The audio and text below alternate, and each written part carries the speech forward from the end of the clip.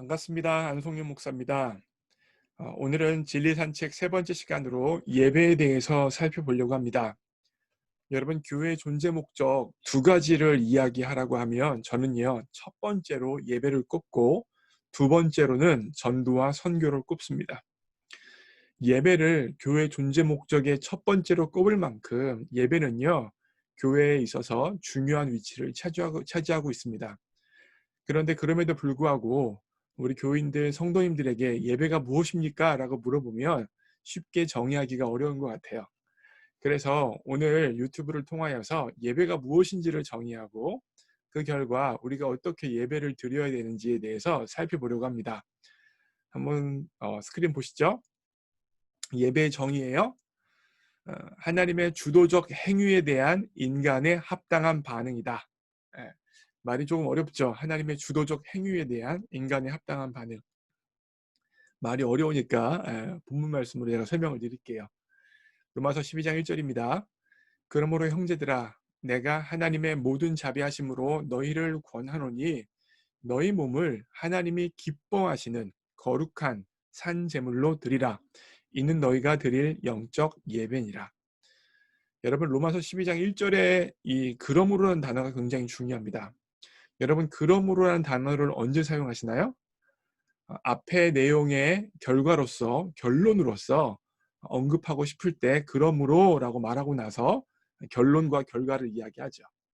12장 1절도 마찬가지입니다. 로마서 1장부터 11장까지의 내용의 결과로서, 결론으로서 로마서 12장 1절이 나타난다는 게 보여주는 게 바로 그러므로라는 단어예요. 그러면 로마서 1장부터 11장까지는 어떠한 내용이냐면 하나님께서 하나님의 진노로 멸망받을 수밖에 없었던 죄인들을 예수 그리스도의 십자가로 구원해 주신다는 내용이에요. 결국 인간들은 하나님 앞에 반역하여서 죄인으로서 멸망받아야 되는데 하나님께서 예수 그리스도를 이 땅에 보내주시고 십자가에 못 박힐 수 있도록 해주시고 그 결과 우리에게 구원의 문을 열어주셨다. 은혜를 베풀어 주셨다가 바로 11장까지 내용입니다. 하나님께서 그렇게 주도적으로 행동하셨기 때문에 그 결과로서 사도 바울이 뭐라고 이야기하는 거예요? 하나님의 모든 자비하심으로 너희를 권한다는 거예요. 그 하나님의 은혜로 너희를 권하노니 너희 몸을 하나님이 기뻐하시고 거룩한 산 제물로 드리라. 이는 너희가 드릴 영적 예배니라. 하나님의 주도적인 구원 행위에 대한 인간의 합당한 반응이 뭐라는 것입니까? 하나님이 기뻐하시고 거룩한 산 제물로 드리는 게 인간의 합당한 반응이래요. 그 합당한 반응이 뭐래요? 영적 예배라는 것입니다. 자, 다시 그럼 정의를 보여드려요. 예배의 정의가 뭐예요? 하나님의 주도적인 행위에 대한 인간의 합당한 반응입니다. 여러분, 예배의 이와 같은 정의를 통하여서 우리가 분명히 알 수 있는 건 무엇이냐면 교회에 예배당에 왔다고 해서 예배를 드리는 게 아니라는 겁니다. 하나님의 주도적인 행위, 하나님의 은혜에 대한 인간의 합당한 반응이기 때문에 하나님의 은혜를 알지 못하고 하나님께서 우리를 위해서 어떠한 일을 행하셨는지 하나님이 어떠한 분이신지를 알지 못한다면 하나님 앞에 합당한 인간으로서 반응을 할 수 없어요. 예배를 드릴 수 없는 것이죠. 그러기에요, 여러분, 예배가 예배되어지기 위해서는 하나님을 알아야 합니다. 하나님께서 우리를 위하여 어떠한 일을 행하셨는지를 아는 것이 먼저예요. 그리고 그것을 안 이후에 그분 앞에 합당한 반응으로 예배를 드리는 것입니다. 그런데 여기서 여러분 굉장히 중요한 게 있어요.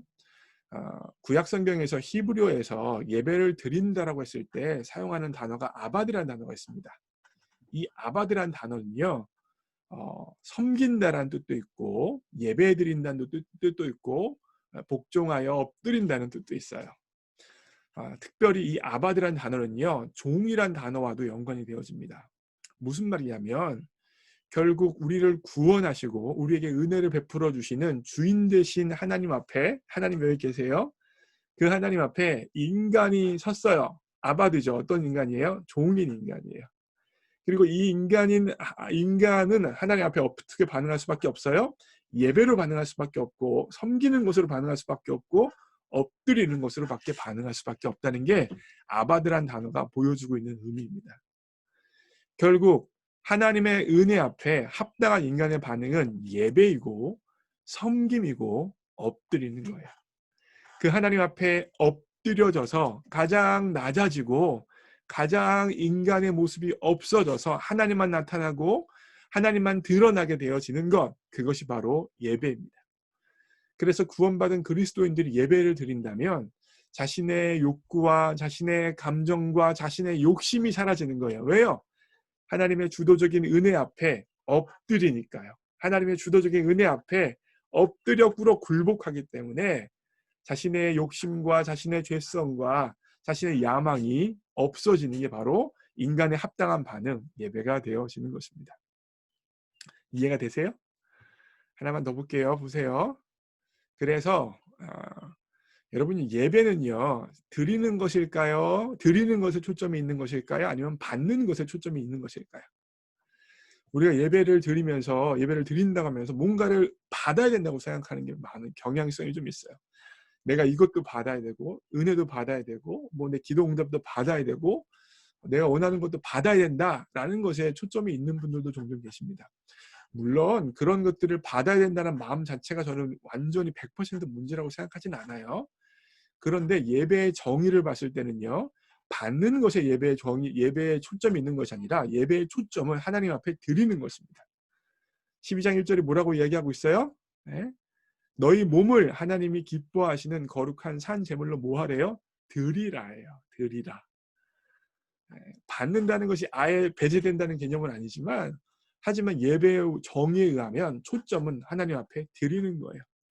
결국 예배를 통하여서 나를 드리는 것이고 예배를 통하여서 내 인생을 드리는 것이고 예배를 통하여서 내 마음과 내 모든 것을 주님 앞에 바치고 드리는 게 예배의 초점입니다. 그러면 한 가지 더요. 그러면 우리가 예배를 보통 주일날 뭐 11시에 드린다, 뭐 이렇게 이야기하면 영상 예배를 드린다라고도 말하지만 종종 어르신들이 쓰는 단어가 있어요. 예배를 본다라는 단어를 씁니다. 예배를 본다라는 단어가 좋을까요? 예배를 드린다라는 단어가 좋을까요? 답은 나왔죠? 예배의 초점은 뭐예요? 보는 거예요? 아니에요. 나를 드리는 거에 있습니다. 하나님 앞에 합당한 반응으로 나를 드려서 그분 앞에 엎드리는 데 예배의 초점이 있기 때문에 본다라는 단어, 예배를 본다라는 단어보다는 예배를 드린다라는 단어가 예배의 정의에 더욱더 부합한 단어라고 할 수 있습니다. 가능하시면 예배를 본다고 하지 마시고 예배를 드린다라고 말하실 수 있으면 좋을 것 같습니다. 오늘 예배에 대해서 살펴봤죠? 네. 하나님의 주도적인 행위에 대한 인간의 합당한 반응, 그분 앞에 꿇어 엎드려지는 것, 그분 앞에 꿇어 엎드려 그분만을 높이는 것, 그것이 바로 예배입니다. 참으로 예배드리는 곳에 나는 없어지고 내 감정은 없어지고 나는 사라져서 나를 통하여서 주님만 사시는 역사가 있습니다.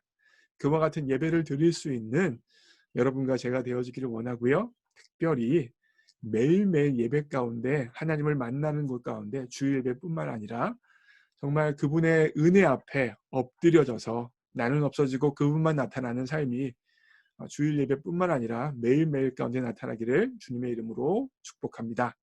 여러분 건강히 지내시고요. 네, 곧 또 뵙겠습니다. 바이.